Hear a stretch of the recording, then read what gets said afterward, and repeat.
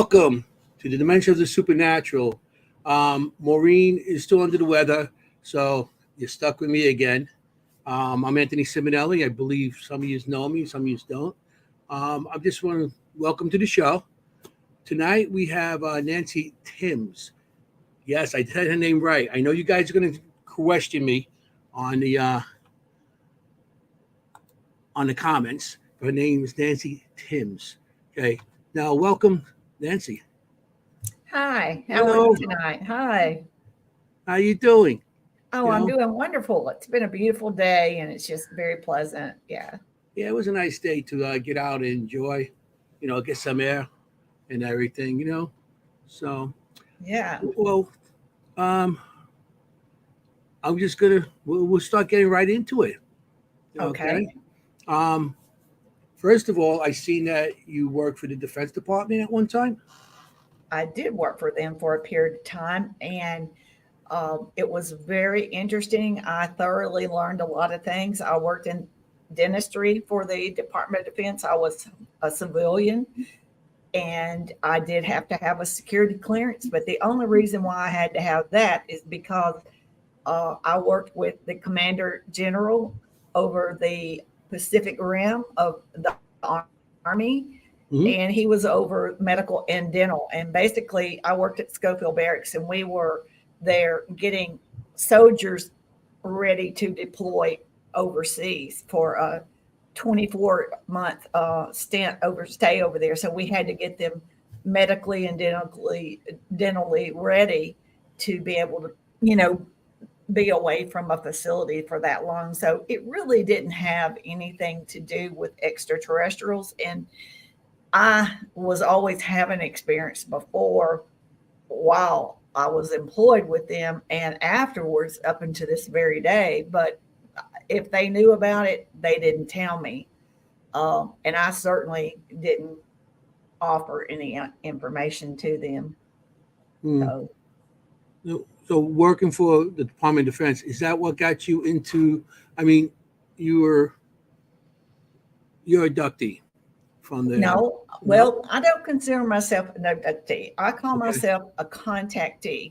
And the reason why is that I am a contactee, which I have had physical face-to-face visitations with positive extraterrestrials and interdimensional beings since my birth.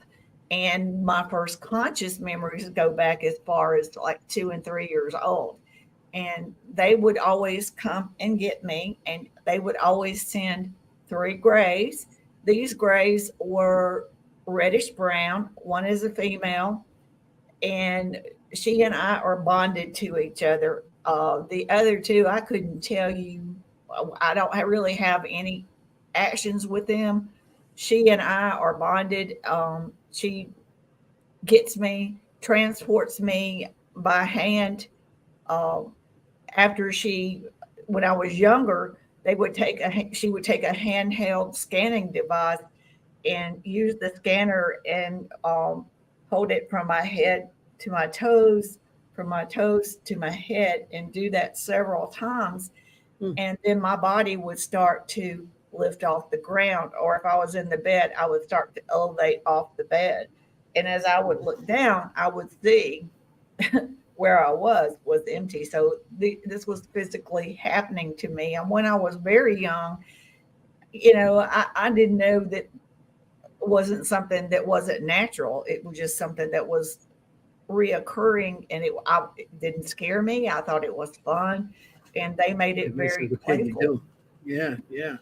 As a kid, you would find it's like an imaginary friend, it's it was fun. And I had the world around me had not given me any barriers, to base my visitations with them. And when I was little, if I mentioned it, my parents just dismissed it. But as I got older and would talk about it more, they would say, "Oh, you're having a silly dream. Go back to bed." And I can remember telling them there's little beings that were in my room, and they would say, "That's so silly. That's some kind of dream."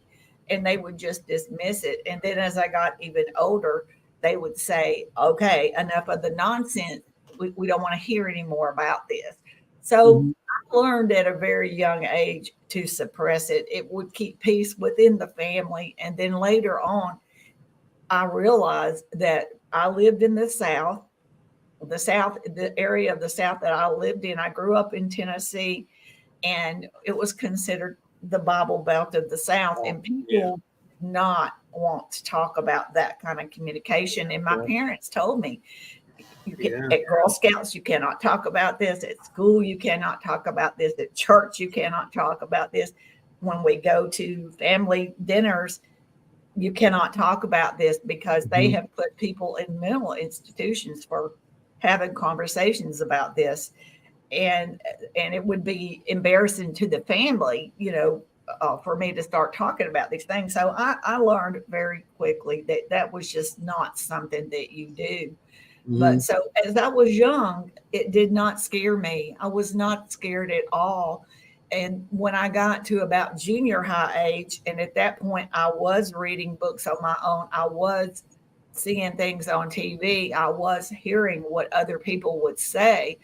And so I did become scared, because I did not understand, because the fact that they were holding the scanner, and after they would hold the scanner and do this, and my body would start to elevate, the gray would take me by the hand, and we would go through a ceiling, through a door, through a window. And I can remember going through the ceiling and looking around and seeing insulation and seeing things in storage in the attic. And I would, like, it was very confusing, because in my reality world, human beings weren't able to do this. And science and biology were always one of my favorite subjects. So it did not make sense. And when I would question this, the female gray would basically ignore me. She just ignored me. That's one thing about these grays. They're very, very task oriented. There is no negotiating. There's no playing around, kidding around. When I was little, and even as I got to that age, I just knew, we do what we do, and that's just the way it was. And I knew that I could ask questions all I wanted, but I knew that, they weren't going to tell me. Yeah. So It's interesting. And when they used to take you to the ceiling and up, your body stayed there on the whole body, your physical body? My whole body went. When I looked down, my bed was empty, and my hands would be holding hers and my fingers interlocking.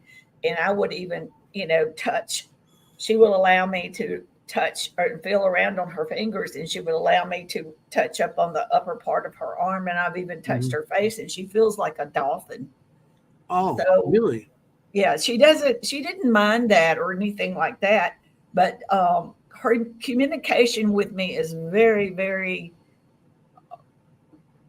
to the point. Like I said, she's very task oriented. But I have a frequency exchange with her that is very hard to explain. It's like an understanding, like I know, even though she does not have the attributes that a human female has, where we're easily distinguish between male and female.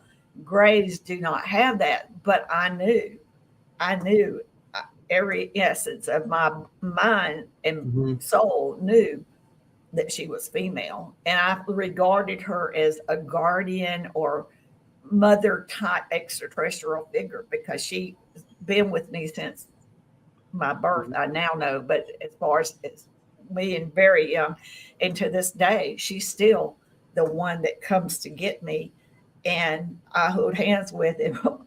And, we still interact with the fingers and hands. And, I have a very, very loving and attachment to her.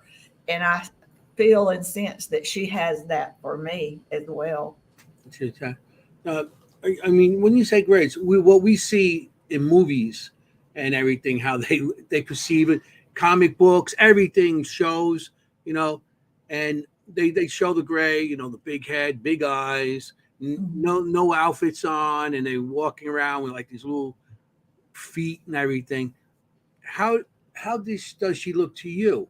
Does she have a Well, human shape, or does she, you know? she Um, there a lot of people do not understand, and I know this for a fact because the interdimensionals have told me and showed me, but there are over 60 different types of grays.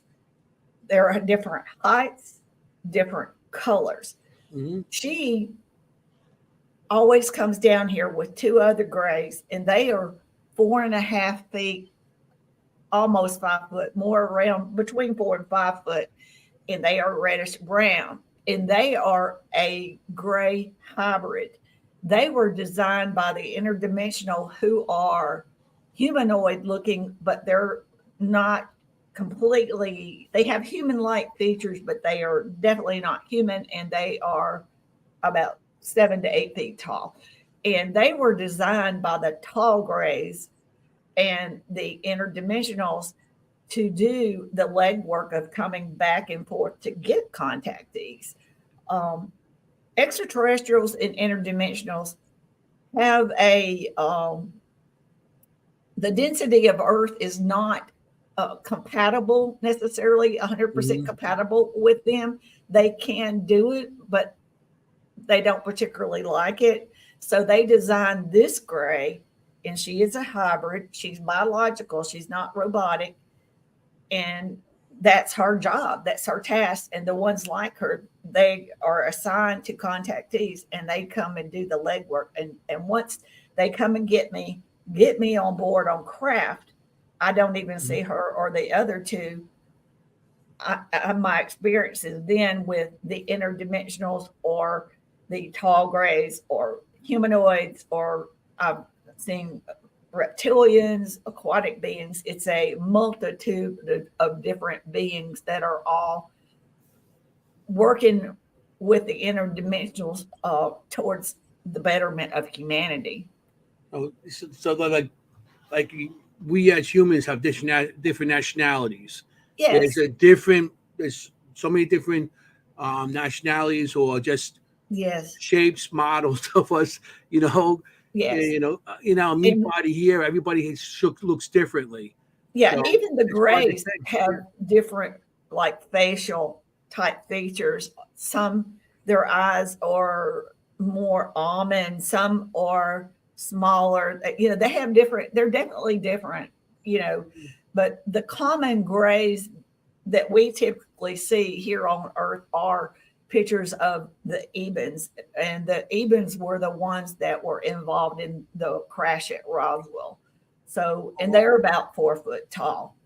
But in every single race of extraterrestrials, there's not just one race. There's many different races of each category.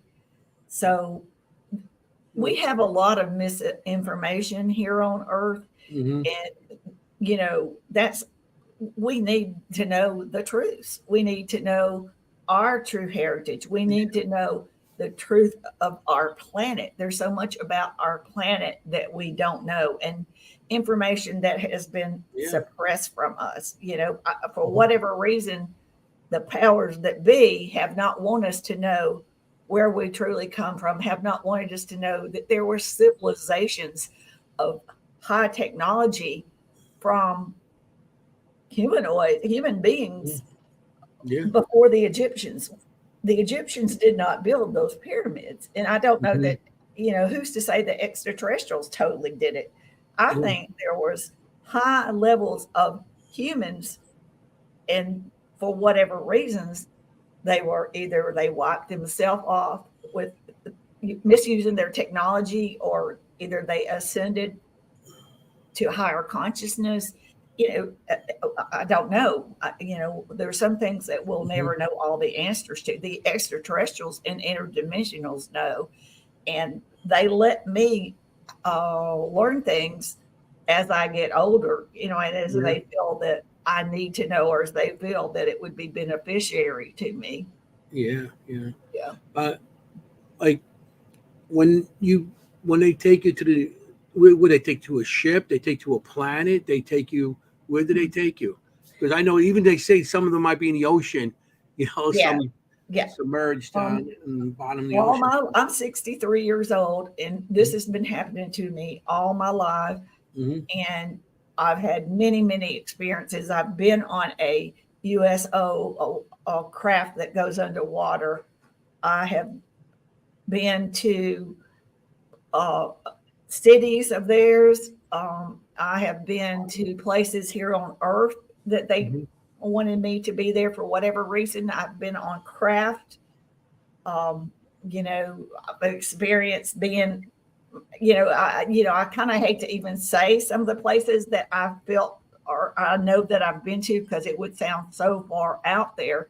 Hmm. But in Hmm. their reality, anything is possible. Our physics and our understanding of physics and sciences do not apply to them. They are a billion years ahead of us in evolution. So for them, where technology is a separated thing from us, with them, they have reached such a high level of higher consciousness that technology is that they are their consciousness is the technology, and that's what they use to do most of their travel and transverse through different galaxies and different go to different planets and galaxies and universes. So you're saying they travel with consciousness? Yes, their craft are living conscious beings. And when their pilot, who is trained specifically and bonded with a craft, the craft is a living conscious being. And it even feels kind of like what's a living conscious being. So it has, when you So touch it, it doesn't feel like a craft like we have, yeah, like really. not the metal or nothing like that. You would feel or plastic, whatever, is something that we have. It's definitely, I don't know, there's a lot of things that they have that we don't have and we don't even have words for or the understanding of. But they're when their pilot gets into their craft, his or her consciousness meets up with the craft's consciousness, and the pilot will simply think where destination, and bam, they go. Wow, So wow. yeah, it's That's amazing. very interesting. Yeah. 'Cause, I So mean, like I said, what we see is what we see on shows, and they duck when they take you to these things. They do certain tests. I know they scan you, but do they do physical tests to you too, or? absolutely, they are constantly checking my evolutionary stage, constantly checking my spirituality, not my religious frame, but my soul spirituality. Mm-hmm. Religion and spiritual aspects are totally separate. So they're wanting to see how I am evolving, how my spiritual level, and also with me, checking to see how am I evolving under in my understanding of having a extraterrestrial consciousness and a human consciousness. So there's Mm-hmm. a lot of factors involved that why they're checking me, and they're checking my overall health. And with me, they have tweaked my health many times, and they can do this easily with me because before they showed me visions, before I was became a human being, I was an interdimensional being, and I made an agreement before birth. I made it's like a soul contract. I made an agreement to come here and to assist humanity and help people to understand we are not alone in the universe. Mm-hmm.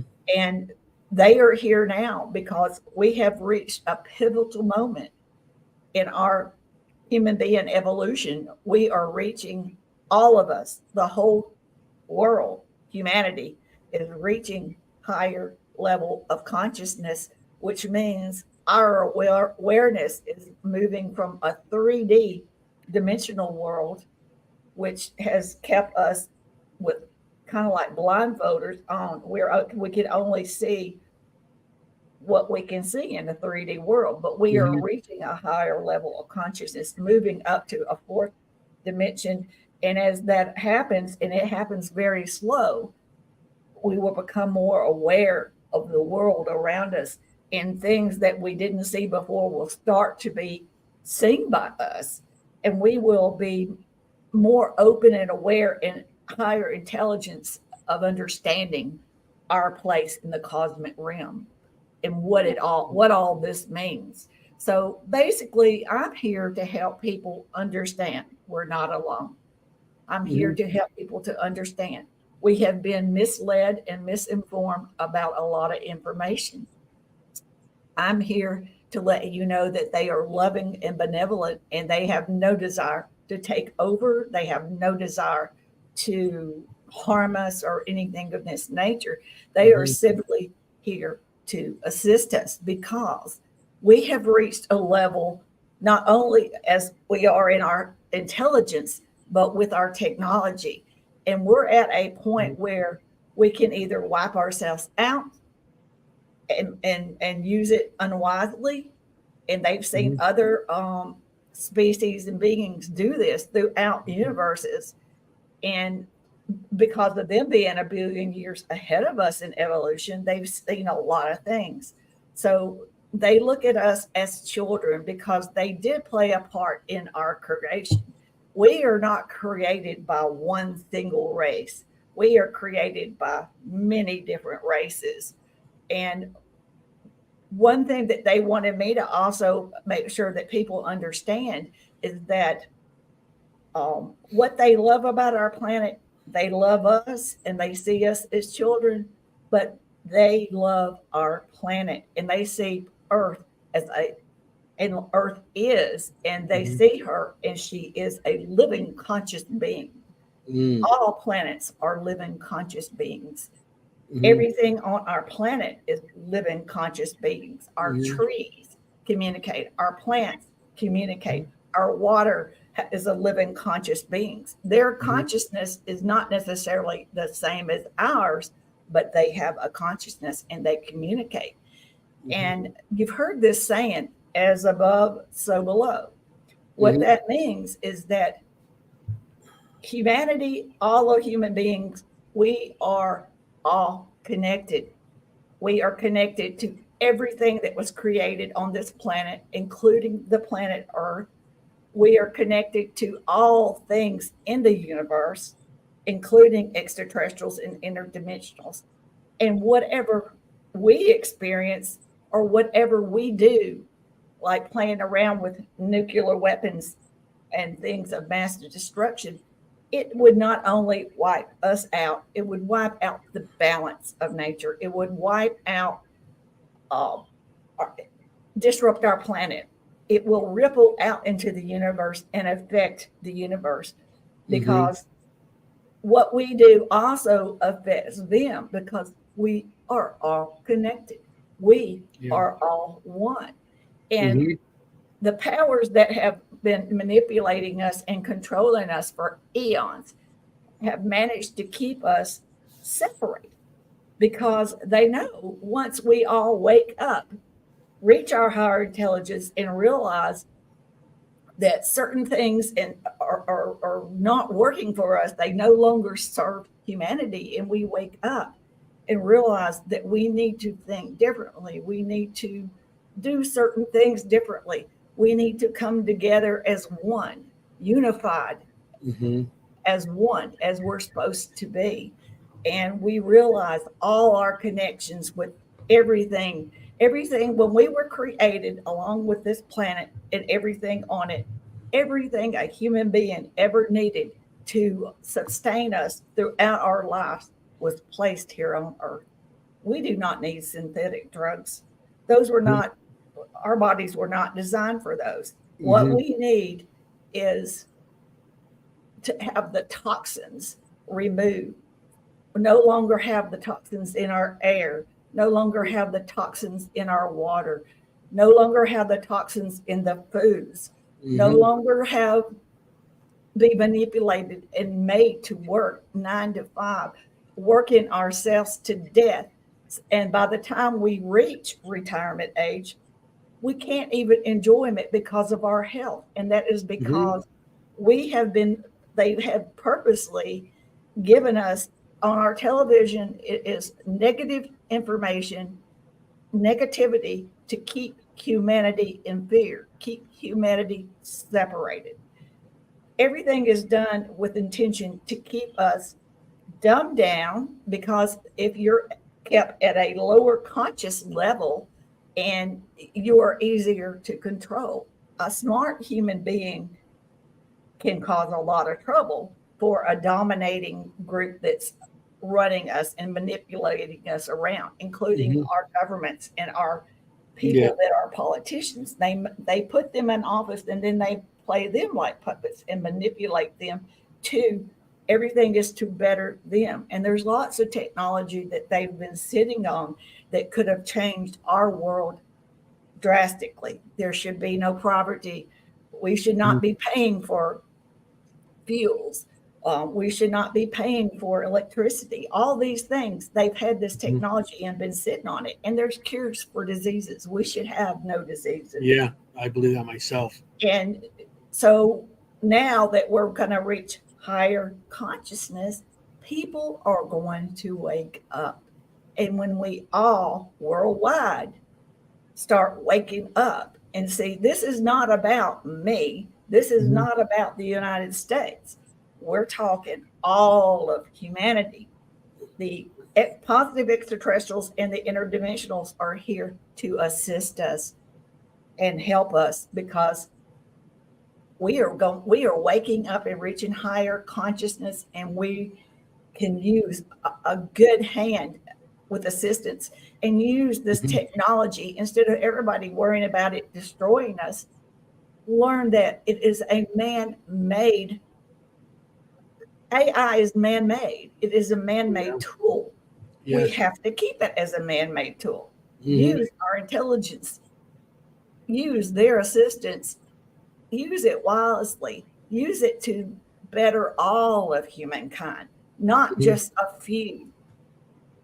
So that's basically, all my life, they have been working with me from birth all the way up until now to get me prepared so that I would come before people like you, people that listen to you, to help you understand we are not alone in the universe. And yes, there's some questions, I'm sure, like who were the ones that did these abductions and things of this nature? Well, I can answer those questions too. Before the interdimensionals and the positive extraterrestrials came here, and what got them here was the fact that humanity is waking up, and they saw this.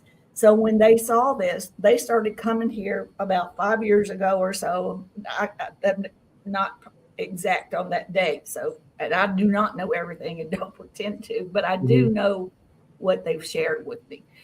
But when they saw that humanity was starting to wake up and reach higher consciousness, they started coming in. And when they did, they told these lower realm extraterrestrials that had made agreements, treaties, whatever you want to call it, with governments here. There was different races that did different things. And what they did was not for the betterment of humanity, but they were self-centered and self-serving. It was all about whatever research they wanted to do. And I know, like, for example, the Greys, that race, they were all genetic scientists. So they were doing genetic experiments with human beings. And I know that they did, worked a little bit with our governments. And I think that they basically what happened was human beings are here on free will. So when they started doing that, they were no longer part of the collective consciousness of all the interdimensionals and positive extraterrestrials, because that breaks cosmic law. Cosmic law says they are not to interfere with humanity. They were not to interfere with us. So when they branched off and started making these agreements with governments and doing their own thing, they became a rogue league and they were not part of the collective consciousness anymore. So, but when they saw we are waking up, and they sent messages to these lower realm extraterrestrials to leave humanity alone, leave us alone. And they are the ones that are here now. And they are the ones that are surrounding our planet, putting in frequencies of love, unity, helping us and assisting us, and for us to reach higher consciousness and help us to reach the understanding we are not alone. We have never been alone. And also to understand we are all one. We are all energy beings here having a human experience, and we can have better lives. We can enjoy being a human being. We can have longer lives. We can have healthier lives. Mm-hmm. And we can learn to be better human beings. And there's some things that will need to change, and they know that these changes can't happen overnight. Nothing happens overnight. Mm-hmm. Yeah. We got Jenny, one of our followers here. She's always here, and her and I are friends with the Paranormal. We partner with me stuff. She wrote the question here. Nancy, can you tell us more about how you were chosen before birth? That's question one. And how were you? How were they able to determine you would be one to share this? Good question. I think that's a pretty good question. It's a great question.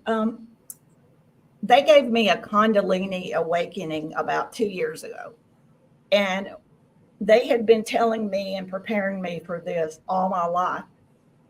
And it was not easy, and it was not fun, and I did not understand a lot of it, and I was unable to piece a lot of things. So they gave me a Kundalini awakening, and what they did was they opened my subconscious up into my human consciousness. And when they did that, pieces started to fall apart, and things that they told me that it didn't register began to register. And they showed me visions when I was in my 20s. I woke up. I have the ability, I feel before they ever come into a room with me. I know that they're coming. My frequency changes. I feel it all within me. So when that happens, I raised up in the bed and started looking around, and I was on a vacation, and my 2 children were in a bed in a Marriott hotel. They were in the next bed over. Mm-hmm. And when I raised up, there was 3 grays standing there. And these were not the grays that come from me. These grays were 3 foot tall, and they had on high collars and robes. And when they saw me sitting up, one approached me and took his hand and pushed me down and telepathically said, "This is not about you. Go to sleep." So I laid back. Of course, I did not go to sleep, but they put me in a sleep paralysis. I could not move and I could not speak. Wow. And then I watched them walk over, and they took my 2 sons. So when they took my 2 sons, there was nothing I could do. And I did end up going to sleep. And the next morning I woke up, they were okay. And I asked them, and they didn't remember anything. So I left it alone. But what I did was, when I got back home from that trip, I sit down and meditated with intention and said, I want answers. I want information. This is different. This is more than just me. You've now involved my children, and I need answers. So the Grays came and got me and took me before a group of what they called the elders. And the elders were beings of different, they were all interdimensionals, and they were from different races. And they took me before them, and I asked them, why is this happening to me? What does this mean? What is the purpose? And they told me that I had made a decision to do this before being born. And I said, I do not remember this. I don't know what you're talking about. So they showed me a vision, and I saw myself. sitting, waiting, and them coming to me and saying, okay, it's time. And they showed me myself as an etheric type being going into the soul and becoming, into a fetus, more or less. And how that all happened. So I know now I was an interdimensional being and made the decision to come here because they've always known that humanity was going to reach this point. Mm-hmm. And I think our government has known this for a very long time. And a lot of other fractions have known this, but there's some that have wanted this to happen and prepared Mm-hmm. for it. Others have not wanted it to happen. They like human beings being at a lower conscious level. So for me, I made a choice as a interdimensional, and my children did too, and we all came here to do this. And my oldest son has the same kind of experiences in the downloads and the Kundalini experiences that I have had. My youngest son, he's not as into this as we are. He's very aware. And that's one thing that I can say about these beings. And I feel like all of humanity at some point has had an interaction, but it's what you're comfortable with. They don't push you any further than what you can handle or any further than what you are willing to do. Mm-hmm. Yeah. Mm. That's interesting. So here's another thing that I feel we do not need governments to tell us they're here. We do not need governments to say disclosure. We have it. They're here, da da da da da da. Here's the deal. We are reaching higher consciousness. We won't need the governments to tell us because we will know ourselves. We are the disclosure. Humanity, us human beings, all made a choice to be here. We are all a part of this. This is the biggest evolutionary event humans have. This is it. This is the big one. This is the one that we've all been waiting for. We are the generation the world has been waiting for. We are the generation our planet has been waiting for. Extraterrestrials and interdimensionals have been waiting for. We are the ones, all the animals and everything on this planet has been waiting for us to wake up and remember our connection to all of us. We're all one. Mm-hmm. They've all been sitting back waiting for the humans to reach this level, and we're here. We're getting there. We're real close. We are the disclosure. We are the disclosure. Yeah, I'm I'm a little surprised. Like the way this generation too is, to me, with the internet and everything, they do got more connection in the world, and I mean, if you have a question about something, just Google it, whatever and it comes up the answers. Exactly. And so that's where I think it interconnects what you're saying. That's how we're all connecting around the world, because we could get the same answer. Anybody could Google the same question I have from any other country, India or Japan or anything, and I'll come up with the same answer. So I could see that being connecting, And besides, like before, you're saying like how the world is connected and stuff, and the Earth, Gaia, Mother Gaia. Yeah, I mean, anything ever happens, she always comes back. It doesn't matter what goes on, any disaster that happens in anywhere, she comes back. It could be from nuclear to just burning down a rainforest. They always come back. Yeah. So I feel that she could heal. Gaia could heal.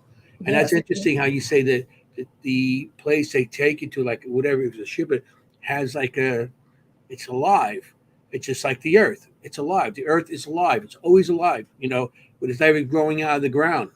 On whatever in the sea, us just trampling it. So it's always have life. So that's interesting how the ship Another question with the grays. You said there's so many different, and where you go, there's bunch. Do they got specific task? Like one, some are scientists, some are venture, Eh, some eh, just take care of the ship, or Yes, you know. every race of grays have a specific function, task, job, whatever you want to call it. Mhm. So one race may be all explorers, another race may be all genetic scientists, one race may be philosophers. Okay. It could go Yeah, on and on. So yeah, they and each got their own task. before they are created, those they are specifically designed for that purpose. Yeah. And by the way, they all have souls. They all have souls, and they all believe in a creator source. Oh, okay. Mhm. That's interesting. But I Yeah. have a feeling that the way um, we in this the last 100 years, how we went from doing everything physical to have machines start doing it for us. Even to turn the centuries with the gin mills and everything else, it was the way and I feel that they had something to do with showing somebody or just throwing a thought in somebody's head or in a bunch of Exactly. different people's heads and Mhm. come up with these things, you Yeah. know, and to make Well, our lives a little easier. well, they s- and they sent me to Mexico this past September with my oldest son, and they wanted me to meet a indigenous tribe. I flew into Mexico City, took Oh, a short flight to Oaxaca, and then I took a bus up a 3 hour bus ride up into these mountains and met this indigenous tribe of people called the Zapotec, and they're also called the people of the clouds. And they go back, their lineage goes back as far as the Mayans and the Incas. And wow. they wanted me and my son to meet them. Uh, they were on the verge of ascension, and all of a sudden it just plummeted, and they wanted us to go up there and witness. Are the most eco-friendly people I've ever seen in my life. When you go up there, everything is so eco-friendly. They're not they're Some of them have electricity, some of them don't. But even the ones that have electricity, they only really use it for light. They collect rainwater in cisterns, and outside of their home, they'll do their laundry and they'll do their cooking because it keeps the house at a cooler temperature. So they don't use Mhm. electricity for heating or cooling or laundry or cooking. So basically, it's just for the lighting. So, and they are very eco friendly in the sense that when you go to get rid of something like this bottle, well, they'll Mhm. have a garbage thing set up for organic, inorganic, recyclable, and these are poor people. These are people that they're not, it's not as bad as what we've seen as far as third world India or anything like that, but Mhm. they live very simply. But their connection with the earth and nature and the way that they live is amazing. It is amazing, and they do not waste anything.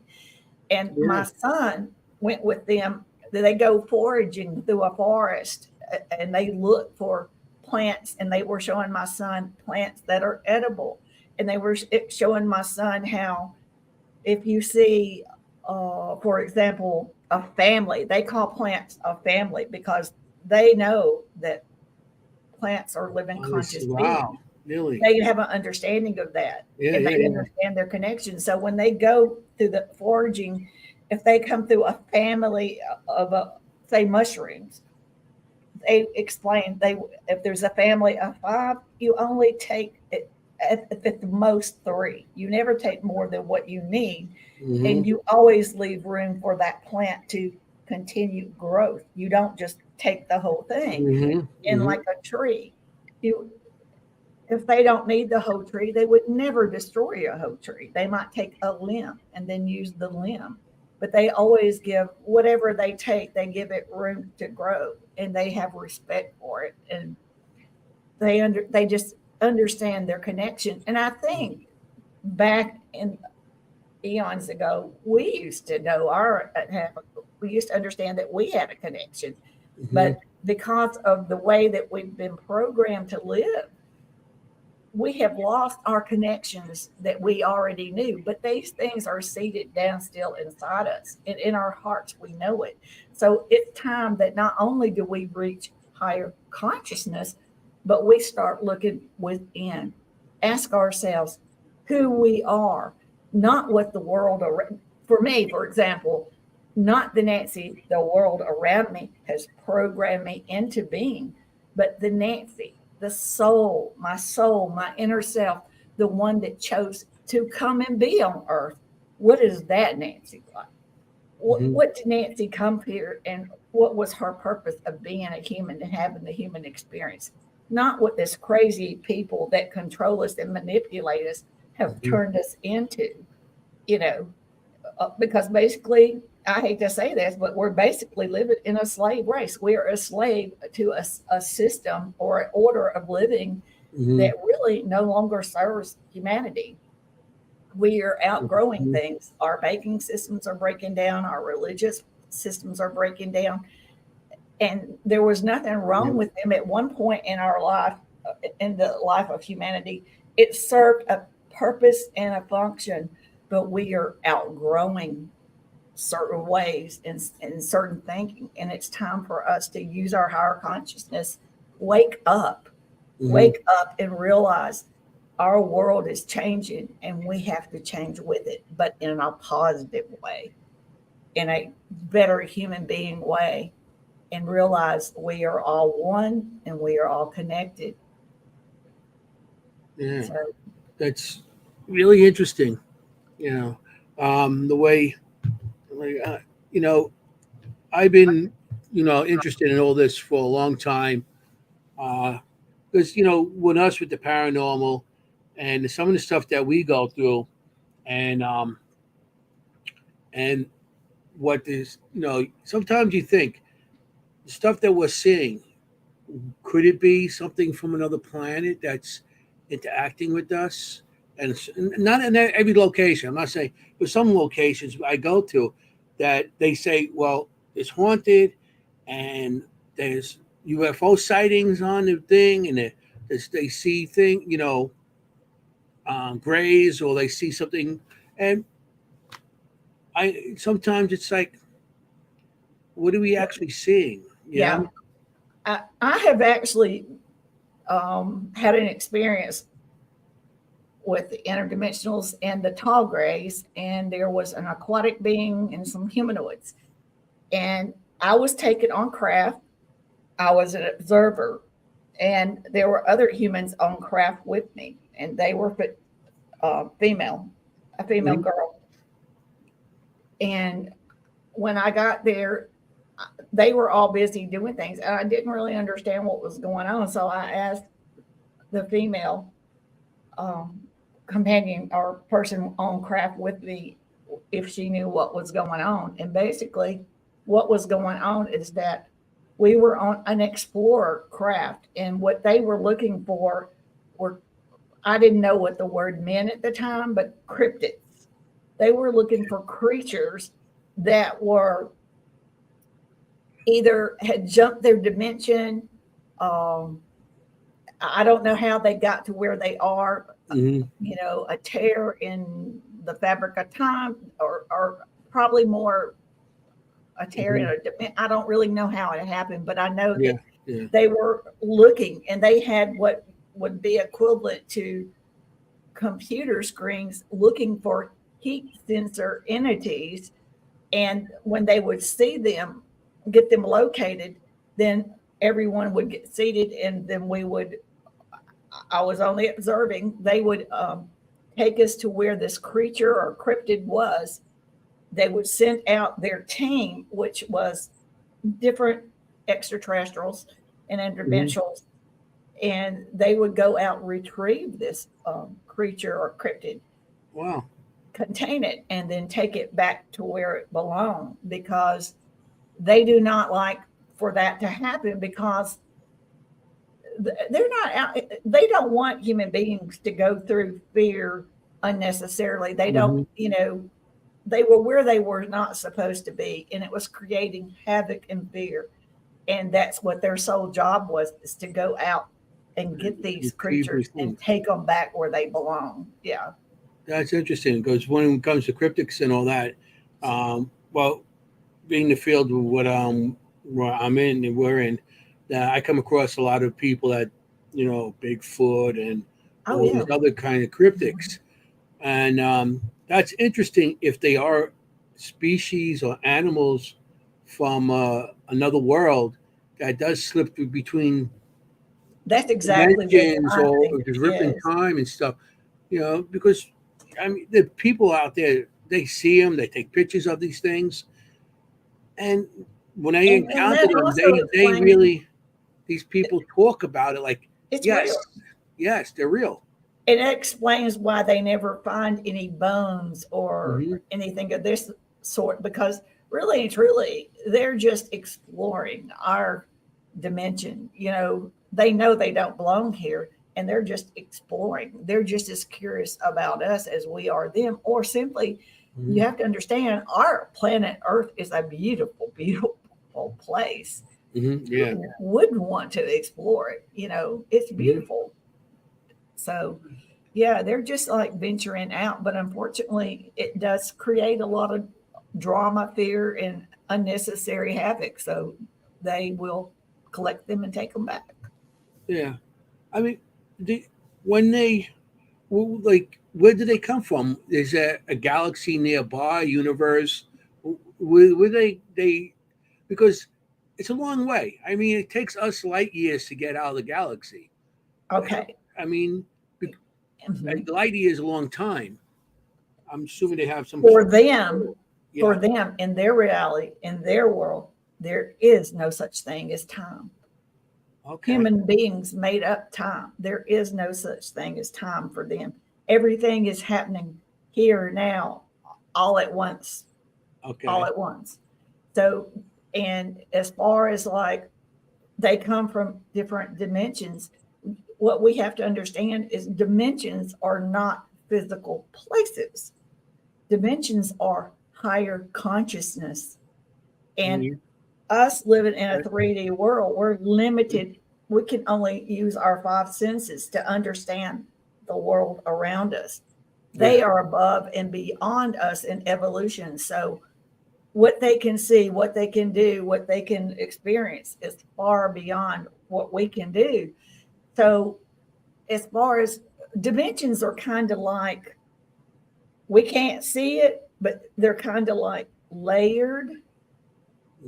They're there. There's life going on all around us, even right now. There could be extraterrestrials and a spaceship right here in the room where you are, right here in the room with me.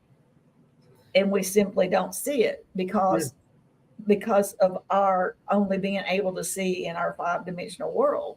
But they can also come in and out of in our visible range. So they could be here, and they've proved this to me. They could be in here right now, invisible. And they've proved that to me by physically taking a clock in front of me that's not hooked up to electricity. It was battery operated, and taking the hands and doing around circles and hitting 4 o'clock. And then they would do it again, hit 4 o'clock. So they have affirmed themselves to me and what they can do. So, if they tried to do this with everybody in the world, people would freak out. I mean, and if they had done that with me 20 years ago, I probably would have freaked out because your human brain can only handle so much at a given time. And it's like before the show, we were talking about how you experience things, but somehow it's blocked mentally, either by us or by them. We don't really know which. But then later on, we recall these events, and we're like, "What? What? Yeah. How did I overlook that? Why didn't I check this out?"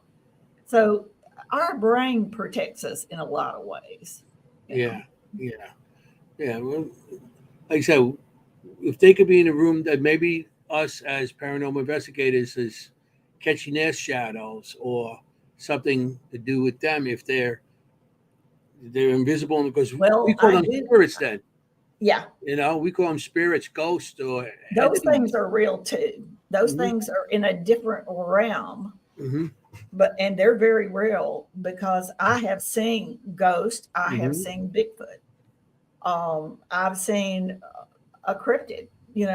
Hmm. Uh, so they're real, Yeah. absolutely. Yeah. But there's some people that just don't want to understand. They don't want to know these Closed-minded. things, and they think Hmm. it's all woo, or whatever. But that's just because they've limited themselves into a narrow-minded world. But unfortunately, they're fixing to wake up because humanity as a whole, this is not just a few of us. It is going to be the whole world is waking up, not Hmm. all at once. And it's not like night and day. As a matter of fact, the way they explained it to me, it is so subtle. By the time we all reach a different dimension, we won't even realize that our lives had to be changed. We won't even realize that we're seeing things that we didn't see before because it would just be so subtle. And we'll just think it's always been that way. That's the way they explained it to me. Yeah.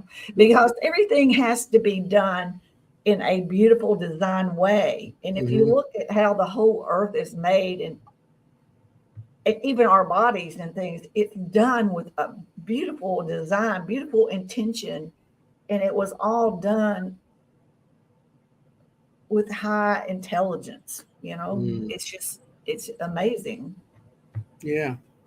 It's the when we pass, when we die, Hmm. do our souls, what we call them souls, I don't know what they may call it, something else, or what No, it's do souls. they Yeah. consider them souls also? Do we go from here and go to the ship, or you know what I We mean? are immoral.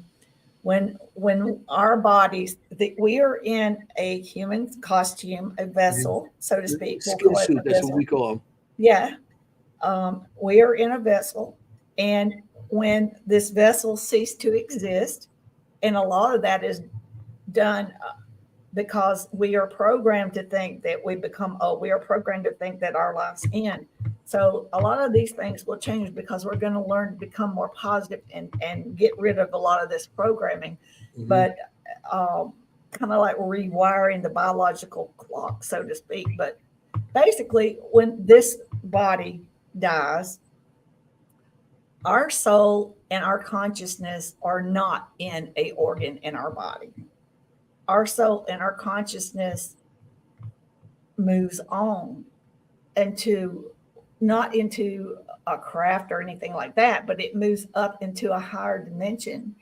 And when we get to that higher dimension, it is decided at that point whether we have experienced all that we wanted to experience here on earth.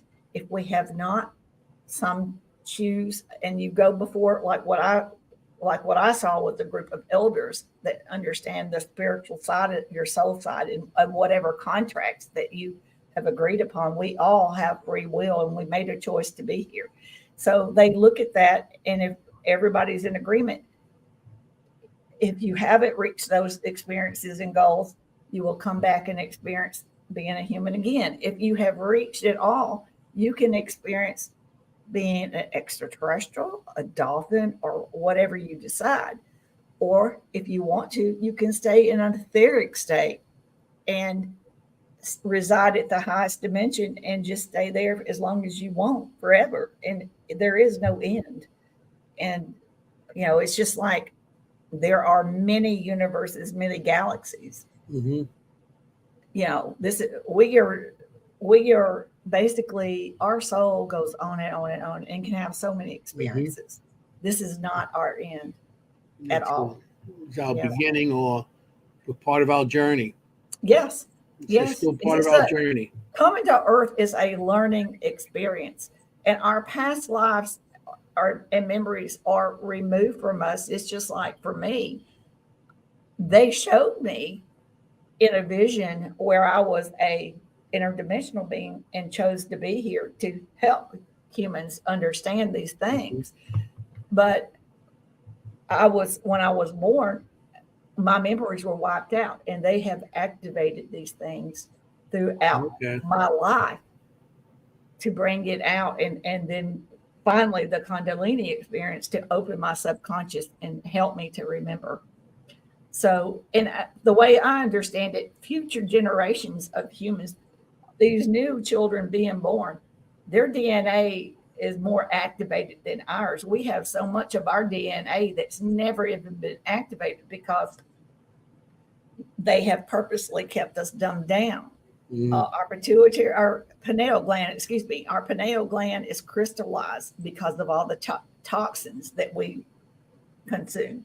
So these things will change, and future humans will be born with being more telepathic, more higher intelligence, a better understanding of who they were before they got to Earth, remembering past life, and that washing out of past life and memories, from what I've been told and seeing visions of, will cease to happen. But I do understand why they did that. I asked them why they don't make that decision. That has to do with the creator source. But they said to me, what would be your purpose to come into Earth if you already knew everything? And I'm like, maybe I would just like it. And they were, but so they had a very insightful answer for me, is that we're here to learn, and if we think we know things before we get here, then we won't try to learn new things, so I understood what they meant, and it made sense, but there's so many questions. And I understand too, a lot of people ask me, why don't they come down here, stop this war? Why don't they come down here and cure all diseases? They cannot do that because they are under a cosmic law. They obey a cosmic law that says they cannot interfere with humanity. We are here on free will, and we made a choice to be here, and we make our own choices. They cannot interfere. So for me, though, they can interfere because I was an interdimensional who went through them to get here. So they can tweak on me, and if I have a little cancer or something, they can cure it. Where other people, you may have a soul contract to where, for one, maybe you didn't want to have a old life. Maybe you only wanted to have a short life as a human, or maybe you wanted to experience something specific, and they cannot interfere with these soul contracts. And from what I understand, soul contracts are real, and people have a say in what they're going to experience here. Which,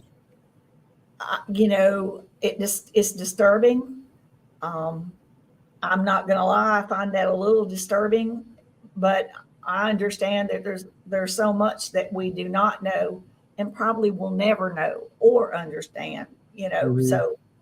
And I don't claim to know everything, and I can't say, I can't disagree with anything, but I can't say I'm happy with some things that I've learned. Yeah. Well, people that are psychics, do they have, do they give them abilities, or their abilities like from another form of gray or something? No, we all have the ability to be psychic, but and all of that stems in our pineal gland, and our pineal glands are crystallized, and that's because of the toxins in the air, the food, all these things, our environment. So once we realize this and things start changing, we will become more psychic. We will become, we will start to see these abilities. And you have to understand, back in the old days when people were intuitive or psychic, they were considered demonic, or witches were demonic, Witches, yes. and they would hang them. So this was a lot of this. If people had these talents, it was suppressed because of the way they were not be accepted within humanity. So it's been discouraged big time. So there's a lot of people that would be ashamed to tell you that they've been had an extraterrestrial experience as well. It's just it takes time for people to feel comfortable and trust the people around them, because humans can be very judgmental. Yeah, like I said, I grew up with seeing things since the age of 3 years old, spirits and hearing things, and so that's how I actually got into what I'm doing at a young age. Yeah. So people are very judgmental, and they don't want to hear anything you have to say. So that's true. so that's anything that you have to. Before I start talking about stuff with the spirits or paranormal or any of the stuff we do, I always ask somebody, you into those ghost shows? And I always throw something out there, and then they say, yeah. And then there's also like, woo, okay. Or if you're walking somewhere and you hear somebody talking about the paranormal or something with ghosts, and all of a sudden it's like you're walking the crowd, you hear that one person like, oh, hey, how you doing? It's like, Exactly. Yeah. Yeah. You have to be careful. And, it's better now than it's ever been. Mm-hmm. And I'm so thankful for that. But it's not completely over, but we're getting there, And I think, too, the fact that people are waking up, and everywhere you look, you see people talking about consciousness, higher frequencies and vibration. And these things are very important. And that is what is stemming us to reach a higher evolutionary stage, is becoming, our frequencies are changing and getting higher, and which means we're vibrating at higher levels. And the way I understand it, as we evolve and go through our process of evolution, and this is exactly what happened with the interdimensionals and extraterrestrials, as they evolve, all hatred, racism, all these things dissolve. They are no longer part of life. And all those things were designed to keep us apart. And we're dissolving all that, and we're getting better and becoming better human beings. And eventually we will get to the point to where there is no wars and there is no negativity or disease or poverty. We'll all function and work together as one, and it's a beautiful thing. They've showed me visions of it, and it's a beautiful thing. This is the most beautiful time for humans to be alive. We are this is just a pivotal, beautiful moment, and we are experiencing it. We are all lucky to be alive to, we may not be here for I don't know how long this will take, but we are the stepping stones, at least, to help make the futures better for our grandchildren's children, or, I hope it's sooner than later, but we have to start somewhere. And we're going to be the generation, I think, that goes down in history that started making a difference in becoming better human beings. Yeah.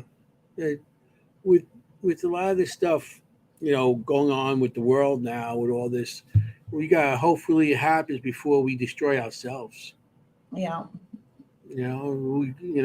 Weather pattern. I know last month was great for eclipse, meteor showers.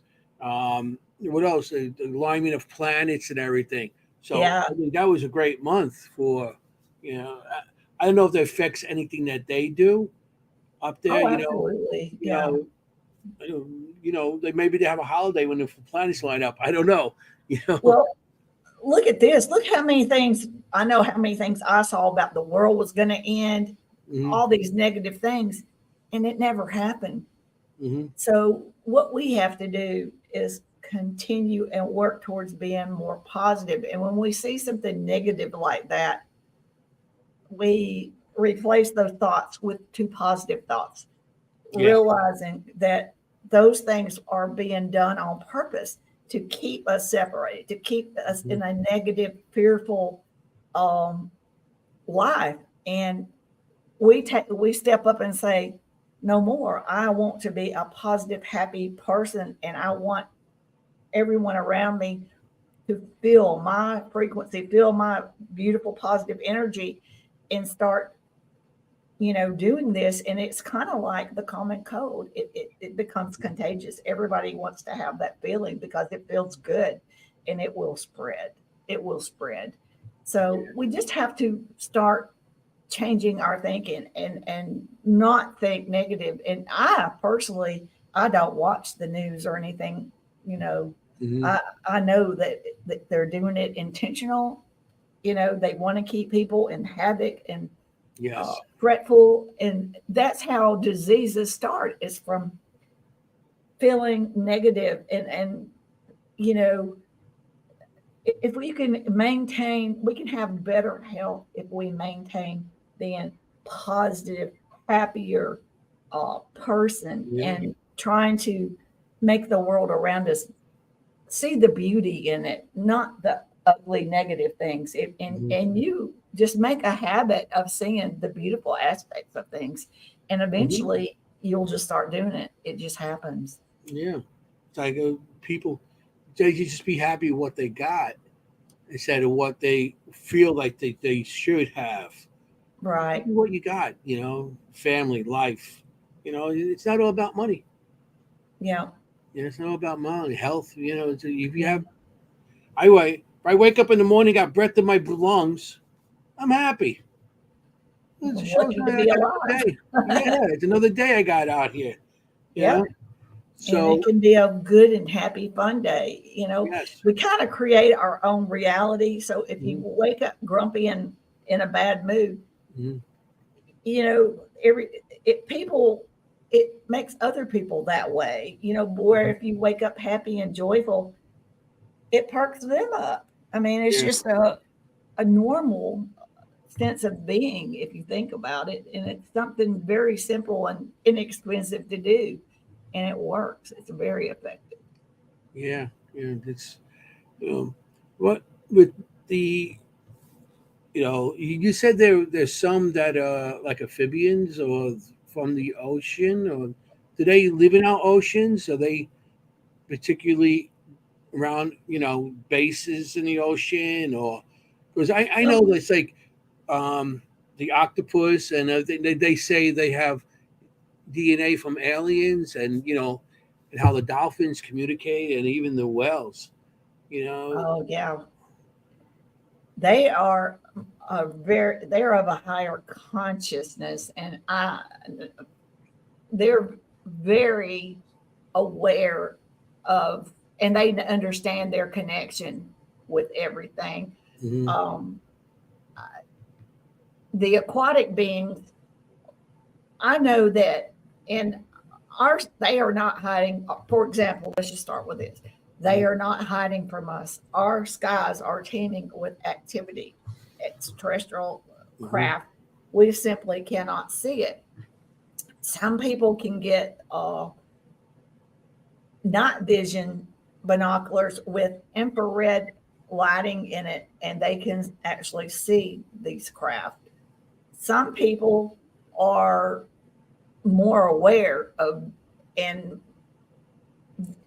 have no mental block or barrier and able to see crafts. I can see crafts not necessarily all over the sky, Hmm.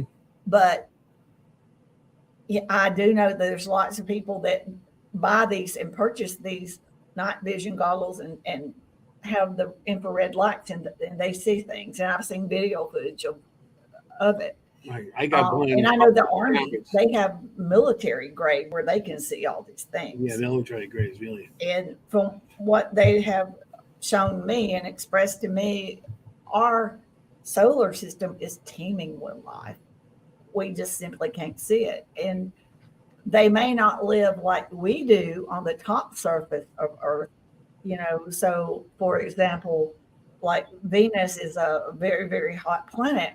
Well, they could be living up in the atmosphere. They could be living, and a lot of extraterrestrials, interdimensionals, actually live on huge motherships. They originated possibly at one time from a planet, but most of them, we have a very short lifespan compared to any other beings in the universe. They live much, much longer than we do.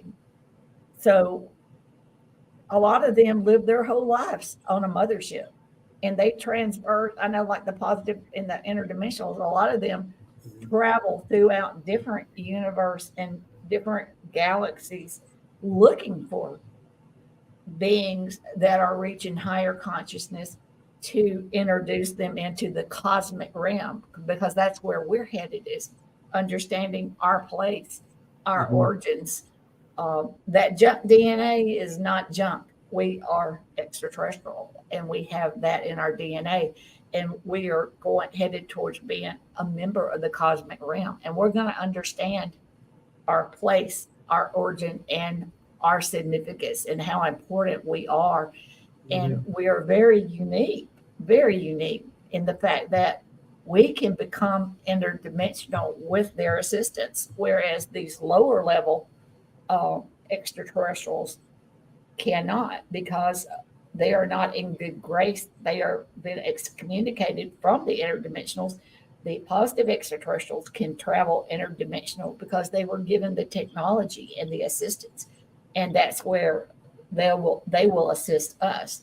They're not going to do everything for us, but they will assist us, and we will become interdimensional ourselves. Now, I don't know what time frame that will be, but I know that it will eventually happen for human beings. We are very, very special and very unique. Yeah, we spoke in some other people that through other interviews that we have done on the show. Some with the with the UFOs and all the sightings and everything.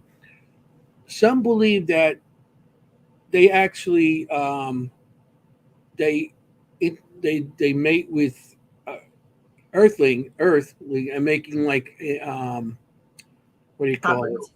Yeah, hybrids. Do you believe in that, or is that just Well, I know we are all souls, and I know that we've had past lives and we will have future lives. It could be that a soul, an earth soul, had a previous mate with an extraterrestrial, and maybe that was their way of trying to reconnect, and maybe because of the cosmic law, they couldn't tell the earthling woman or the earthling man, you were my soulmate, in a past life. There's so much to this. It gets really out there and really complicated.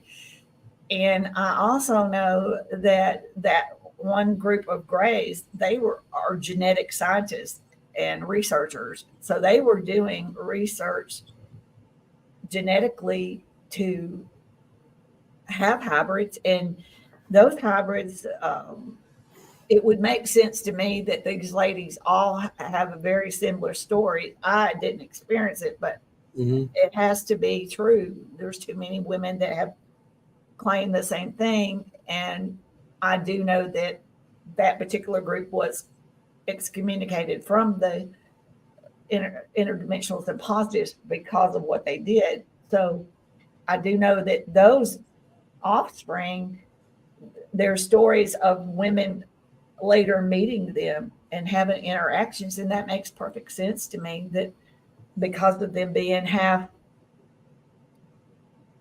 human and half extraterrestrial, they would need to have that bond. They would need to know, because they would have emotions and feelings that an extraterrestrial would not have, and they would not be able to meet all those needs. So it would make sense that they would come back and get the mother to come and have playtime and visitation. So there's so many reasons why these things could happen and what it could mean. It could be research, or it could be a partner from a past life. There's so many different reasons. So I think these things are real. They're definitely real. I don't think people are making up these stories. Yeah. That's interesting. That really It is. is very interesting. You're like, whoa, they got their own bordello. I can tell you this. I can tell you this. When I'm on craft, Mhm. I always have a group of peers that are evaluating me, watching me, taking notes, mental notes. And I'm purposely do not make I see them, but I do not make eye to eye contact, because I know they are my family. I know I have family up there, and I know that they're watching me, and evaluating and taking notes. So for me, though, I love being a human being. I love being a mother. I love being a grandmother. I love being alive. Mhm. So I am not ready to, and I know how I feel about the gray that I'm bonded with. I know that that I love her and we're bonded, and I have very deep feelings for her. And I know that I have family that are interdimensionals watching me, but I'm not ready to have that emotional uh, feelings come flooding in me, and have that knowing of and that knowing of love and how I feel, because I'm not done here. I'm not done here on earth. Mhm. And right now, this is what's most important to me. And I don't want to, and they're not forcing me to. Mhm. It's important that I have my life here and experience my experience here. They're not Mhm. pushing me. So they don't just make me have eye contact. It's kind of like a agreement that we know. I know they're there. They know I'm here, Mhm. but we don't interfere. You know, I don't know that. I know that sounds weird, but it's I so be so you were gray at one time, and then they. no. I was an interdimensional. I was a humanoid, about 7 or 8 foot tall, and I was a female. And I don't exactly know how my sons were attached to me there, but they came with me here. Oh, okay. Yeah. It's like what some religions believe to be like a reincarnation. Oh, absolutely. Yes. So yeah, you're coming from another type of being to. I went from, I saw my soul go into the fetus. I saw that. Yes. Oh wow, Yeah. that's interesting. And Yes. interactive being, that means you came from another planet, or I was on a ship, is all I remember. you were I on a was on a ship. ship. Okay. And I do know this, like as far as names, like You people want to say, get some water? Get some water. got this. Drink. But like people say, well, what is that Gray's name? What are those interdimensional names? Well, we as humans try to humanize everything. There Hmm. is no humanizing extraterrestrials or interdimensionals, where we use names, and you'll hear people write books and come up with names. But everything is done telepathic. Everybody has their own frequency signature. That is like our name, like you call me Nancy, Hmm. because we speak verbally.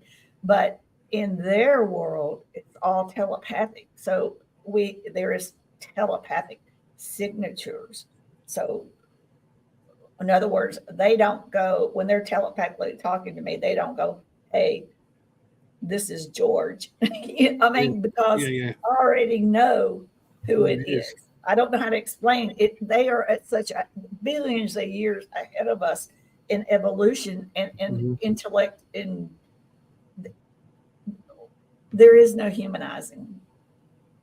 So when they speak to me, I know exactly who it is, and they don't have to tell me who they are. That's interesting. Yeah. Do they have mouths, noses? Because they Yes. don't need. They do. Yes. They do eat, but they don't. For them, the way that we consume food is like we treat it like it's a beautiful, Oh wondrous yeah, you kidding? thing. For them, it is strictly nourishment. It is not a glamorous ordeal, So they do not eat 3 meals a day. They do not eat every day. They eat when they feel their body needs nourishment. And they do not eat the kinds of food that we eat. And the grays do not eat through their mouth. They make a nutrient substance, okay, a paste. And they'll take the paste and they rub it in on their skins. It is absorbed in. The nutrients are absorbed in. And then it is excreted through the skin. And that's how the grays do that. They would not touch our food. They would not drink our water. No interdimensionals or extraterrestrials would. They don't like our air. They don't like our water. They don't like our food because it's full of toxins. So these cattle mutilations and things, that is not from extraterrestrials. These are scare tactics that have been created by different dark hat fractions of government, Illuminati, cabal, all these different things that want to keep humanity in fear, because as long as we are in fear, we are not connected. And also, they've always known that these positive and the interdimensionals were coming, so they want to make it less attractive as possible so that we don't trust, so that we are in fear, So everything they did was done intentionally to keep us from understanding who we are and why this is occurring now. Yeah, it's a lot. Yeah, that is.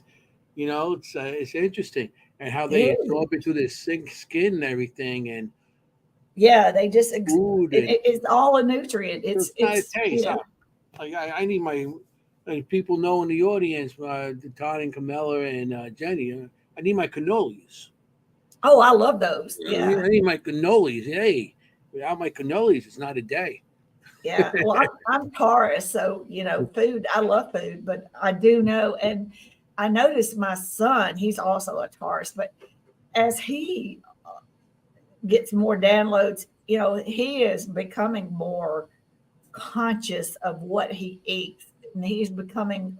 He has an understanding that we are what we eat, and he has an understanding that he can reach higher consciousness by controlling what he eats, and that he can activate his DNA through better choices of foods. And and I know these things, but I'm a little slower to converting over to giving up cannolis and things like that. Everything that has taste, no good for you. I'm sorry, Right. you can eat it anyway.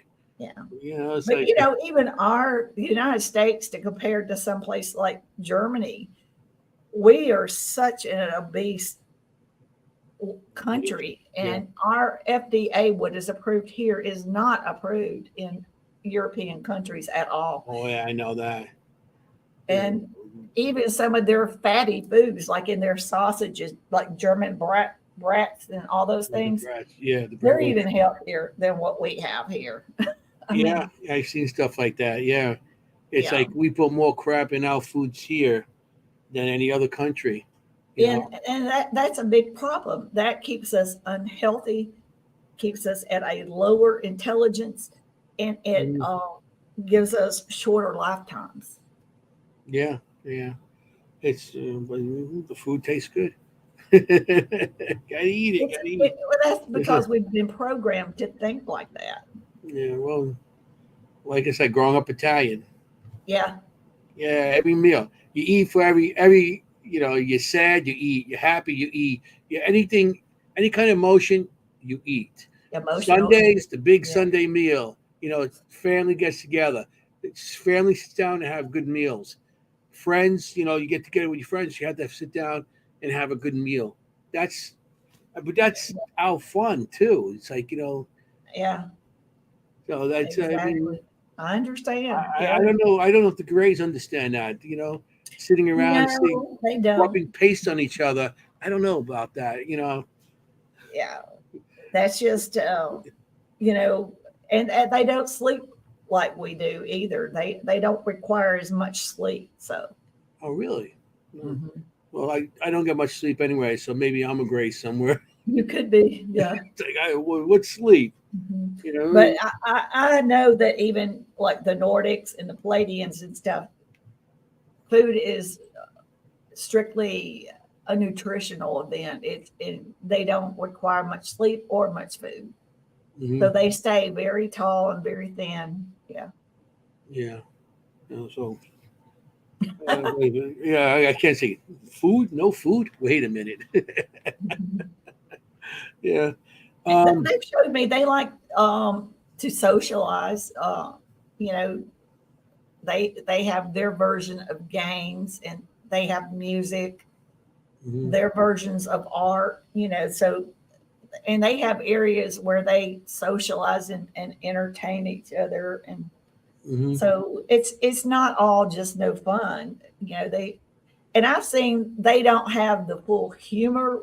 We're the most emotional beings, uh, Yeah. probably of all the beings, but some of them do have. And I can, like, when I'm on craft with the extraterrestrials and the interdimensionals regulars, Mhm. I can sense inflection in their telepathic messages. So if it's a stern command, I sense that. If it's a little comical, I can sense that. And I Mhm. can also uh, understand what, male and female. It Okay. comes across as male or female. Well, what's really strange is the female gray, when she's down here getting me and preparing me for our adventure up, um, when she talks to me telepathically, it's not male or female, and there is no inflection. I mean, it's flat, and it doesn't sound male or female. It's just there. Mm. So that's unusual. Yeah. Yeah. Yeah. So they have parties. I mean, what we see and what as listening. They have they have social lives, and they besides what they do, because you think they're up in this big tin machine up there floating around space, that everything is so robotic, But you it's know not. but they It is have not. that's okay. All Yeah. right, And that makes Grays sense. have they will have one partner, and they'll have a relationship, Hmm. and they will have usually one offspring, but it's not done like it's more like a test tube type Okay. genetic baby. All But right. they use their DNA and the partner's DNA, and they decide like what their task or what what their service to their community will be. I guess is what they Oh, call it. okay. Yeah, So they're like husband and wife, or just yeah, yeah. okay? So they do have mates. Yes, yes. That's interesting. Mhm. Yeah. I'm learning a lot tonight. I'm learning a lot about the Greys and stuff. Because, like I said, what I see is what I see in drawings and movies, and you know, Yeah, it's a lot it of is misinformation because, for one, there's over 63 different types. races of them. Yeah, yeah. When they intermingle, they all intermingle together, or they have their own little. It's really strange. They have what's called a hive mind, which means they have a collective consciousness, so they kind of all share. But the one rogue race is not part of that collective consciousness anymore because they overstep the boundaries. But the rest of them, they all kind of, whatever one thinks they all know, the information is all shared. Well, that's. I mean, you go to a party. Something you always got that one person sitting in the back and not enjoying them. I'm always a person trying to get them involved.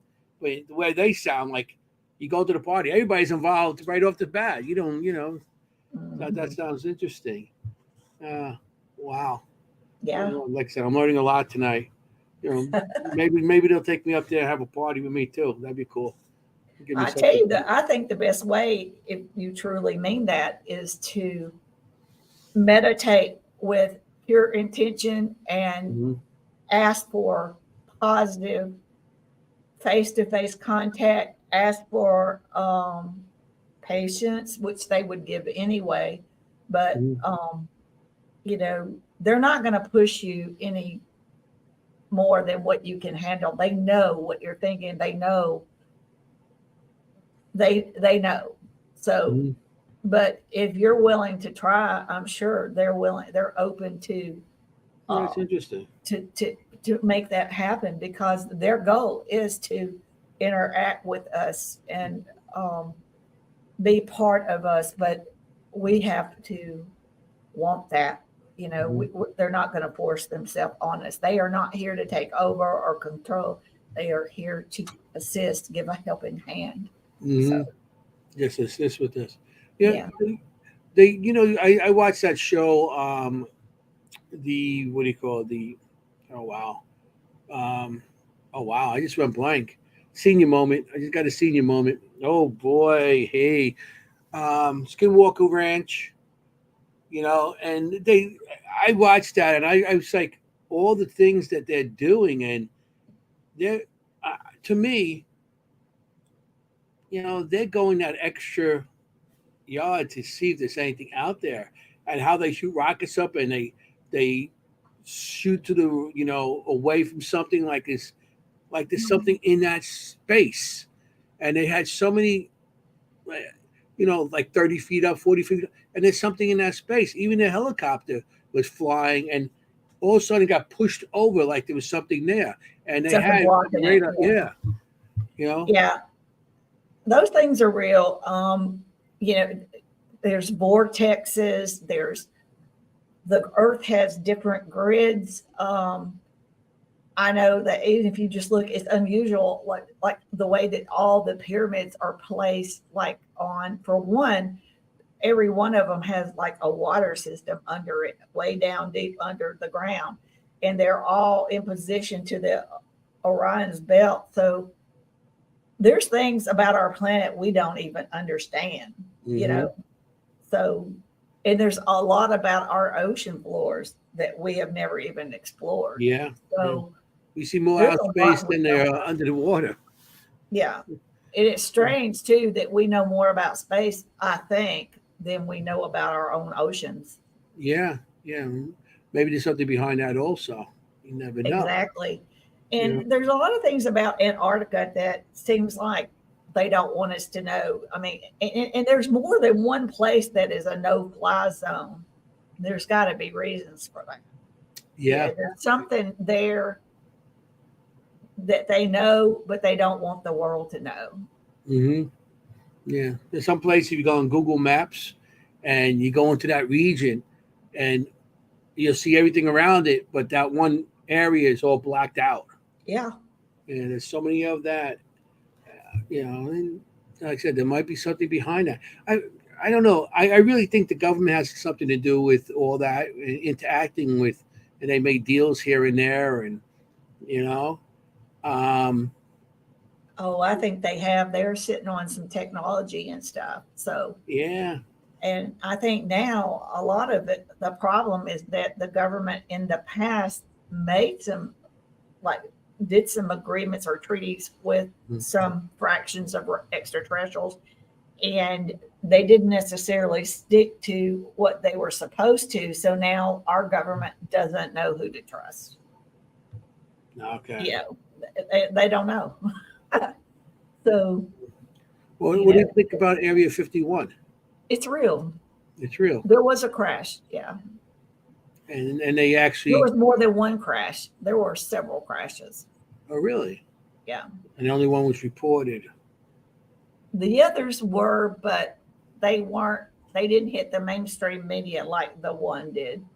But Okay. they were definitely fully aware of it, and it was the government took care of it. But it didn't, like I said, for whatever reason. I think they weren't all discovered at the same time either. That was Hmm. another thing too. Oh, okay.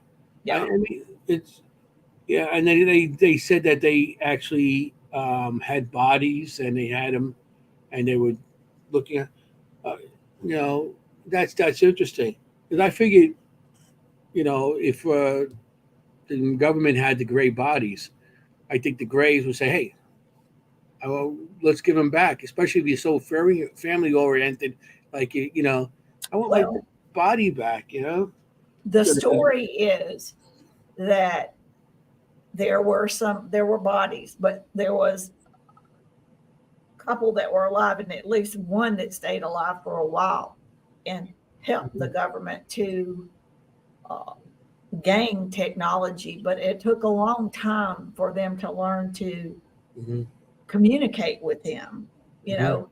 And if the story is correct, eventually, over a period of time, there was a meeting where the Grays came down to Holloman Air Force Base, and there was an exchange, and they gave our government they gave the bodies to them, and they gave our government a communication device. oh, And if the story is straight, that's not the only visitation that the government has had with extraterrestrial race. Another race came, and they could not even breathe our air, and they had to make special arrangements for them. But even the Grays, from what I understand, they never stepped out of their craft. Who, whoever went on board their craft, and the exchanges were made, but they never came out of their craft. they breathe oxygen and carbon monoxide. What do they breathe? So the Grays could, if I understand correctly, but they don't particularly like the density here on Earth, so they did not come out of their spacecraft. And that's why I know that the interdimensionals and tall grays designed the hybrids that come down for me, because Mhm, they're in their DNA, they're designed to do this because of the density here on Earth. And the other species that came down, it was a word I'd never even heard of, and it's not something that I've seen people write about even, but they were of a different base of they could not breathe our air, and mhm. they did some kind of exchange, and they received a communication device from them as well. But to communicate with them, Yes. Mhm. that's it. Wow. So the White House could call them up anytime they want. Well, no, from what I understand, there's a lot of stories out there that Eisenhower was involved, but from what the real story, from what I I think I read understand, that. he Okay. was not even there. This was something that the military did, and he was not wise to the whole story. Our presidents do not know everything that's going on. Yeah, I believe that. And I think that's pretty evident when you look back. Wasn't it Eisenhower and Truman told us, Mhm, beware of the uh, or beware of governments, and I don't know. He gave us a warning in mhm, his leaving office speech about beware of the powers that be, because it happened a long time back, probably around the Roswell event, that they mhm. started leaving presidents and stuff out of those things. You have to realize presidents are temporary position holders, Mm-hmm. and these things takes years of research, and they probably don't want to risk letting a president know. So it kind of makes sense to me that they would not do that, Mm-hmm. and they don't have to worry about them mistakenly being probed into answering something that they're not ready for the world to know. So Do they have like spies in our government or all any Men in government? Black, yes, The Men in Black. yes. So the Men in Black are pretty much like their spies, and they go They're in. called. They're called. They don't call them Men in Black. They're called Yeah, disinformation agents. yeah. Yeah, Well, I seen that movie too with that thing that erases everybody's memory. yeah. I don't know that they had stuff like that, Yeah, I but know they that. are disinformant agents, and their sole purpose was to address a crash or address a situation. And Mhm. if they were told to tell the people, this is not it, this is, um, it's just like Project Blue Book. Yeah, Hynek was told, tell them it was something else, yeah. and that was his job. Hmm. And these disinformant agents were doing their job. It's just like when my brother was in Desert Storm, he had to do a lot of things he's not proud of, but Hmm. he did his job. He worked for the government. He was told to do something, and he did it. Yeah. So it's the same thing, and that's what people have to understand. Even though we were suppressed information for 70 to 80 years, and a lot of things were uh, hidden from us, and a lot of not so nice things were done, we need to be a forgiving nation. Things were done that we cannot change. We have no control over. It's in the past. It was done for a reason, and it served a purpose at the time.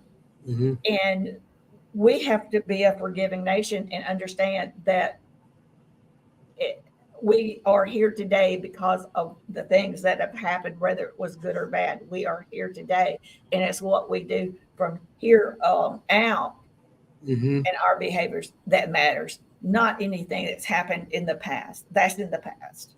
Yeah. Yeah. And That's, so, yeah. Yeah. Yeah. Because some of that stuff I heard, back with the presidents, and you know, yeah, I follow some stuff too, yeah, and yeah, they said that they signed things that they would give them so many humans for information, and I don't know I about all that, you but have to understand a lot of that stuff is misinformation. And you have to understand some yes. people are hired by the government to be disinformant agents. And Hmm. I'm sure just like today, Yeah. there's some people that you may think are in the paranormal field or in ufology, and actually they are disinformants. They're putting out false information because that's their job. And it is to keep humanity separated. Yeah. Yeah. So we have to be careful, and it's good that we question everything. We should, Hmm. people should question me. Everybody should do their own research. Everybody should Hmm. form their own opinions. Look into your heart and follow your heart, and your gut feelings on things, because I'm telling you the truth, but then who wouldn't say they're telling you the truth? Hmm. Hmm. Yeah. So, and anybody that I look at what they're saying or doing, I check it out. Hmm. Yeah. They just I make listen to everybody's stuff with an open mind on anything anybody tells me.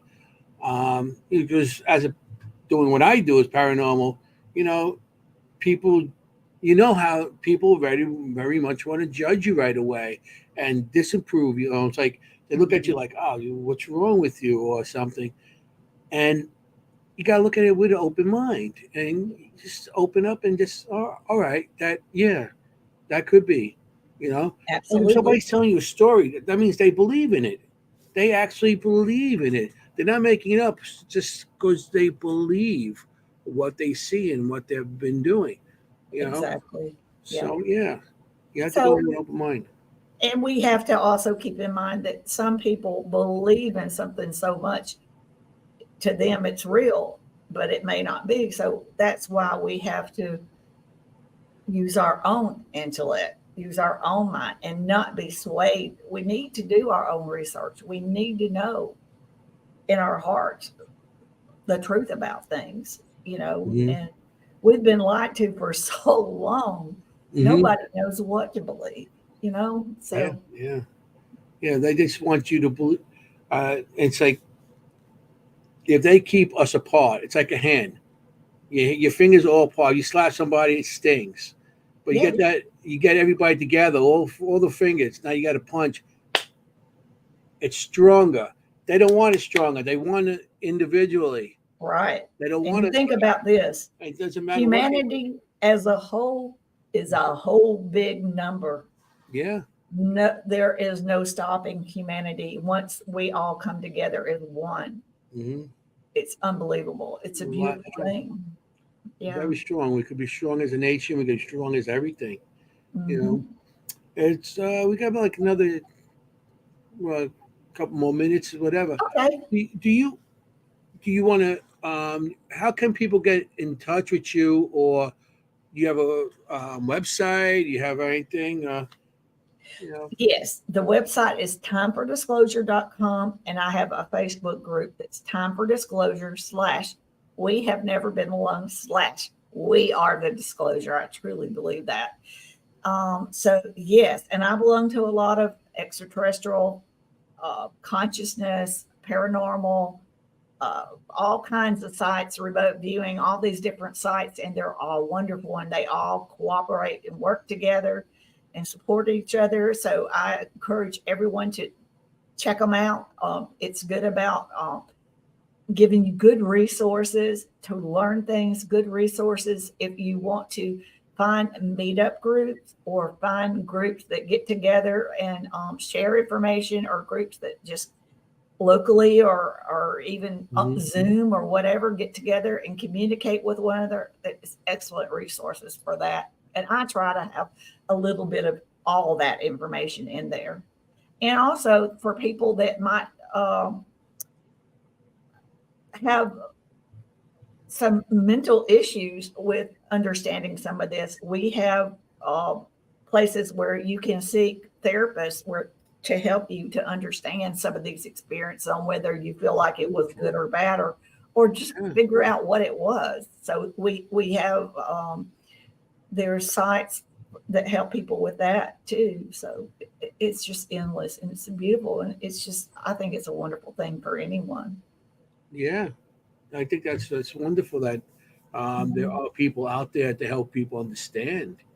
Because it could be a dramatic experience. It's something you don't understand, and it's all of a sudden, you're on the ship or whatever you might be, and you would to us Well, the I mean, aliens. You know. if you were told all your life something is demonic and it happens to you, Hmm. what better place to go than a mental therapist and talk about it, because it it's probably not a mental thing. It's probably you, but a lot of us need affirmations that we are saying. Yeah.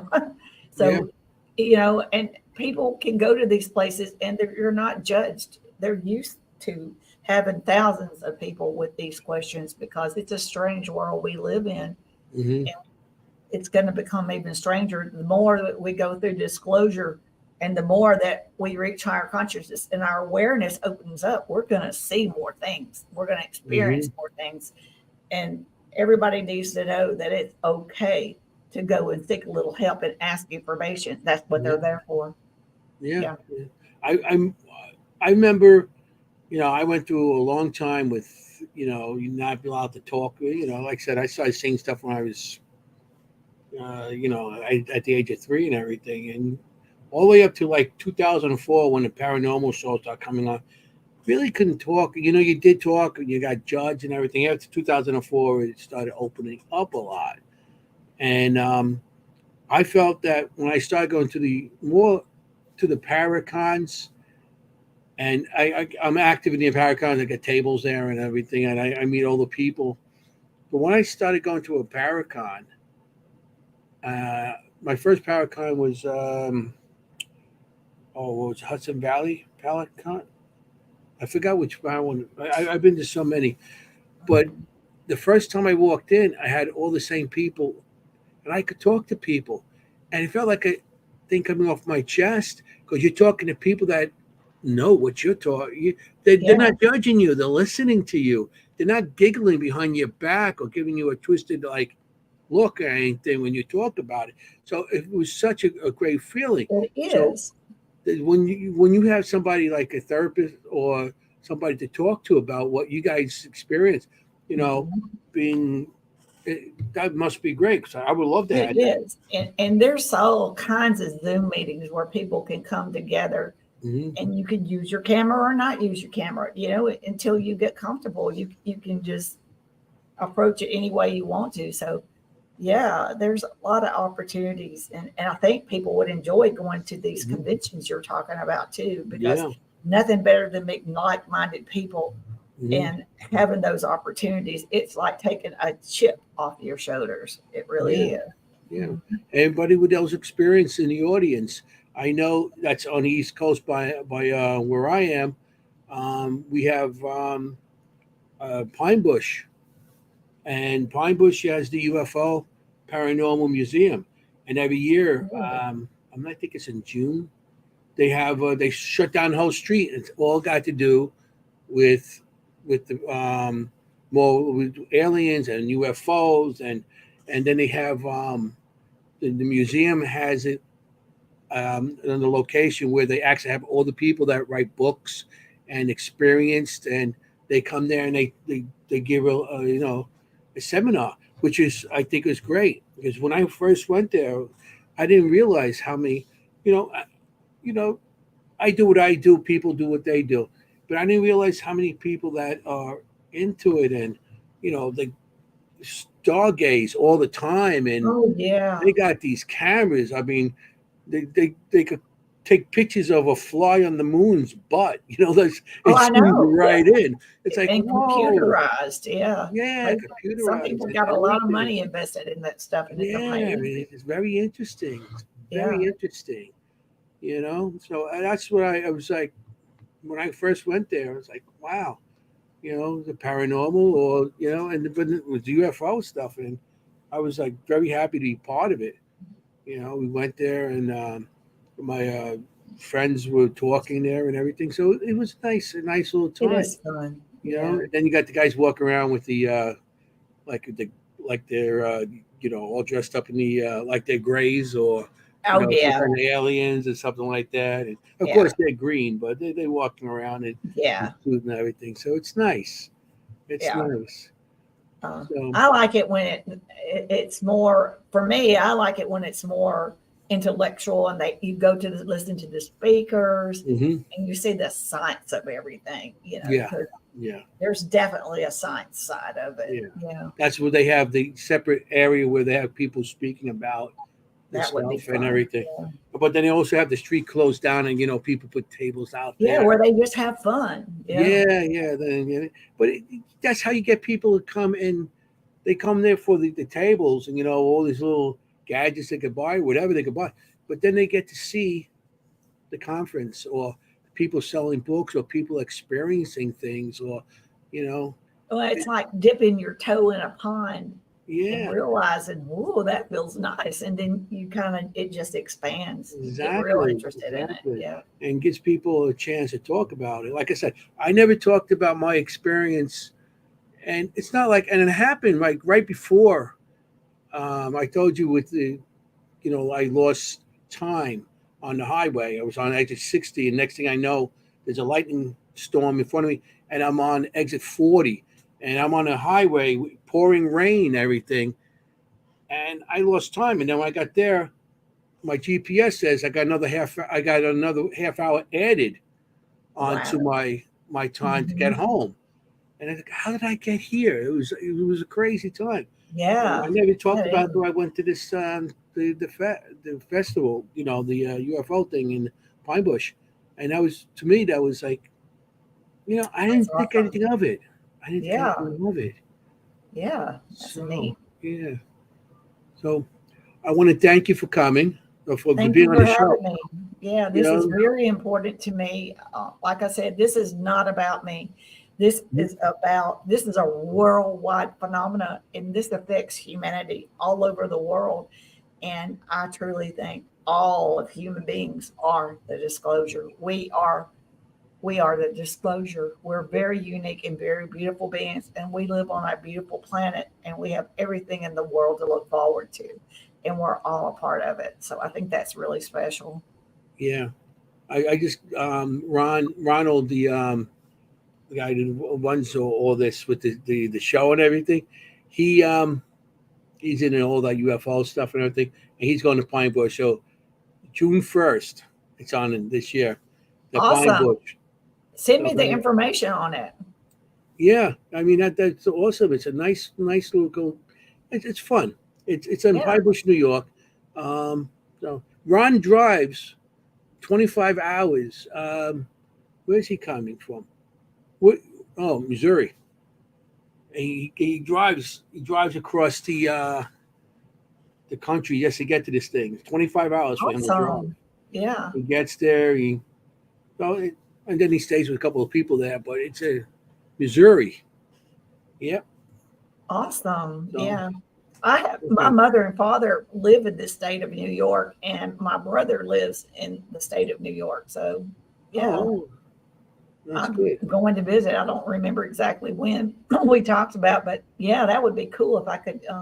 June 1st. You look Okay. into that. I mean, it's a nice little day out, and you get to meet some people. And since what you're going through, there's the UFO museum there, and the guy Lance. I would love to. Yeah. He's the director, and he does an awesome job there.